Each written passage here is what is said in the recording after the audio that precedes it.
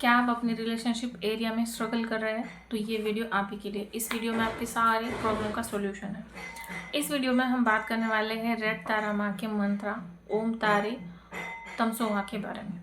ये मंत्र इतना पावरफुल है कि ये आपके रिलेशनशिप से रिलेटेड सारे प्रॉब्लम सॉल्व कर सकता है। चाहे वो आपके पेरेंट के साथ आपका रिलेशन हो, आपके ऑफिस में आपका रिलेशन हो, आपके दोस्तों के साथ आपका रिलेशन हो, आपका खुद के साथ रिलेशन हो, या फिर मैरिज से रिलेटेड इशू हो, मैरिज में थर्ड पार्टी का इशू हो, मैरिज अच्छे से चल नहीं रही हो, डिवोर्स तक आप पहुंच गए हो, या फिर बॉयफ्रेंड या गर्लफ्रेंड कमिटमेंट नहीं दे रहा है, सोलमेट अट्रैक्ट करना चाहते हो, या फिर खुद का ऑरा अट्रैक्टिव बनाना चाहते हो।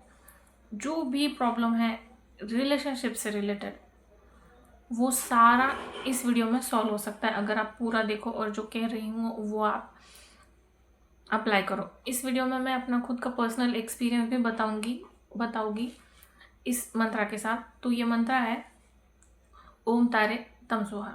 ये रेड तारा माँ का मंत्रा है और रेड तारा माँ तिब्बतियन बुद्धिस्ट देवता है जो जानी जाती है रिलेशनशिप ठीक करने के लिए।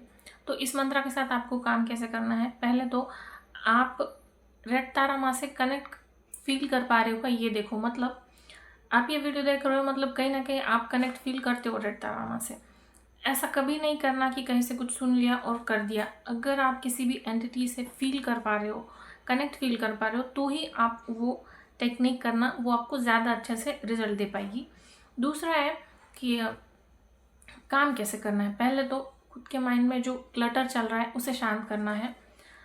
मंत्र चांट करने से पहले शांति से 5 मिनट मेडिटेशन करना है और फिर उस एंटिटी को आपको कॉल आउट करना है 3 बार।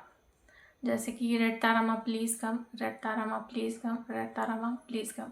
और फिर उन्हें बताना है कि आप ये मंत्र चांट कितने दिन के लिए करने वाले हो और क्यों करने वाले हो, ये आपको बताना है। मतलब आपके माइंड में क्लियर होना चाहिए कि आप अगर किसी रिलेशनशिप में हो और आपका बॉयफ्रेंड या गर्लफ्रेंड कमिटमेंट नहीं दे रहा है, तो आपको बताना है कि माँ मैं ये मंत्र कमिटमेंट के लिए कर रही हूँ। या फिर आप सोलमेट अटैक करना चाहते हो तो आपको बताना है कि माँ मैं सोलमेट अटैक करना चाहती हूँ, इसलिए मैं यह मंत्र चांट करने वाली हूँ। जो भी, या फिर आपकी मैरिज में प्रॉब्लम है, वो स्पार्क होता है वो कहीं कम हो गया है, या फिर पहले तो अच्छा चल रहा था अब पति पत्नी में झगड़े हो रहे हैं, कुछ भी हो, जो भी आपका रीज़न है, या फिर आप लेजी फील करते हो, काम करने का मन नहीं करता, अट्रैक्शन पावर कहीं गुम हो गई है, कोई भी आपकी तरफ अट्रैक्टेड फील नहीं करता, जो भी आपका प्रॉब्लम है वो आपको माँ को बताना है कि मैं इसीलिए चांट करने वाली हूँ। आप कितने दिन चांट करना चाहते हो ये भी बता सकते हो, या फिर आपको जब तक फील होता है, जब तक आपकी प्रॉब्लम सॉल्व नहीं हो जाती तब तक आप कर सकते हो। तो आपने बता दिया, माँ से कनेक्ट भी हो गए, सब हो गया। अब आपको मंत्र चांट करना है ओम तारे तम सोहा, ओम तारे तम सोहा, ऐसा। अब कुछ लोग बोलते हैं 108 बार कर लो, मगर मैं ये रिकमेंड नहीं करती, क्योंकि अगर आप 108 बार करने बैठ गए तो आप भूल जाते हो। मतलब आप क्या करते हैं, एक तो आपका नंबर पर माइंड चला जाएगा, और दूसरा आप प्रेजेंट में नहीं रहते हो, आपका माइंड नंबर पर ही चला जाता है। तो आपको क्या करना है, जब तक मन करे, या फिर 5 मिनट तक कर लो, 5-10 मिनट तक कर सकते हो, जब तक मन करे तब तक करना है।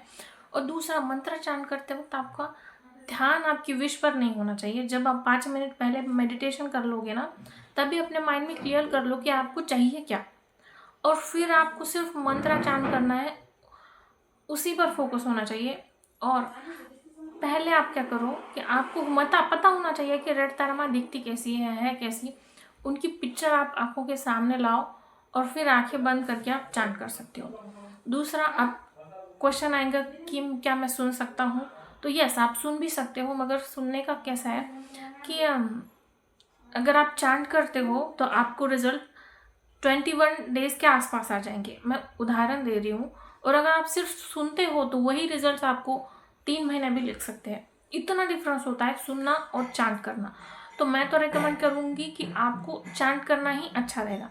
तो अब कब करना है, आप ब्रह्म मुहूर्त में भी कर सकते हो, या फिर सोने से पहले भी कर सकते हो, या फिर दिन में जब भी आपको टाइम मिले तब आप कर सकते हो। अब मैं आपको बताती हूँ कि मेरा इस मंत्र के साथ कैसा एक्सपीरियंस रहा है। तो मैंने इसे चांट करना स्टार्ट ही किया था जब मेरे पेरेंट्स के साथ, मेरे घर वालों के साथ ज़्यादा झगड़े हो रही थी। क्यों? क्योंकि मेरे लिए लड़का देख रहे हैं, तो हुआ ये था कि मेरी बात कोई समझ नहीं रहा था। सबको लग रहा था कि बच्चों को क्या समझ में आता है, उनकी तो ऐसे ही शादी करा दो, उनको क्या ही पूछना है, हम डिसाइड करेंगे लड़का कौन होगा। मेरा ये मानना था कि भाई शादी मेरी हो रही है तो मैं डिसाइड करूँगी ना कि मुझे कैसा लड़का चाहिए। तो आप पहले मुझे पूछो कि ये बायोडाटा आया है तो तू देख ले अच्छा है कि नहीं। उनका ये कहना था कि हम जो डिसाइड करेंगे उसी के साथ तुम्हारी शादी होगी। तो मेरा ये कहना था भाई मेरी शादी है, मुझे लाइफ टाइम रहना है, आप मुझे पूछो तो सही। तो फिर मैं समझ नहीं पा रही थी इतनी, अब बता रही हूँ तो नॉर्मल लग रहा है आप लोगों को, लेकिन वो टाइम मेरे लिए बहुत हार्ड था। इतना हार्ड था कि मैं सुसाइड का सोच रही थी, क्योंकि मेरा ये था कि अब तक मेरा ना कोई दोस्त रहा है ना कुछ रहा है। मेरा ये मानना था कि बस जो होगा मैं शादी, मतलब अरेंज मैरिज मेरे लिए बहुत अच्छा सिस्टम था, तो मैंने कभी किसी से दोस्ती भी नहीं की। तो अब जब शादी हो रही है तो लड़का तो मेरे पसंद का हो, कुछ भी नहीं, कैसा भी दिखता है क्या भी करता है पसंद ही नहीं। तो मैं सोच रही अब क्या करूँ। तो फिर मेरे सामने वीडियो आई तारा माँ के रिलेटेड। अब पता चला कि तारा माँ से अगर आपको काम करना है तारा माँ के साथ तो आपको जस्टिस मिलेगा। अगर आप गलत हो तो आपके साथ भी बुरा हो सकता है, और अगर आप सही हो तो सामने वाले के साथ होगा। तो मैं डर गई क्या पता मेरी बात गलत साबित हो। फिर मैंने सोचा जो होगा देखा जाएगा, मैं तो करूँगी क्योंकि मुझे तो मैं सही लग रही हूँ ना।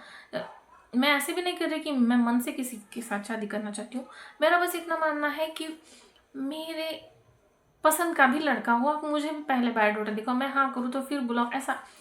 तो मैंने क्या किया, मुझे तब पता नहीं था कि चैंटिंग वगैरह करनी होती है, मैंने बस सुनना स्टार्ट किया। सोने से पहले कितनी भी बिजी हूँ मैं ये मंत्र सुनकर ही सोती थी। तो चीज़ें ऐसी मिरेक्युलर तरीके से बदल गई। जो पेरेंट्स पहले कहते थे कि बच्चों को क्या ही समझ में आता है, जो रिश्तेदार कहते थे, जो माँ बाप बोले उसी के साथ शादी करनी चाहिए, अब वो कहता है कि रहना तो आखिर उसी को है, उससे पूछ लो उसे पसंद आए कि नहीं। तो अब ऐसा होता है कि बायोडाटा आए तो पहले मुझे पूछते हैं कि तुम्हें पसंद है कि नहीं। तो इतना मिरेक्युलस चेंज आया मेरी लाइफ में।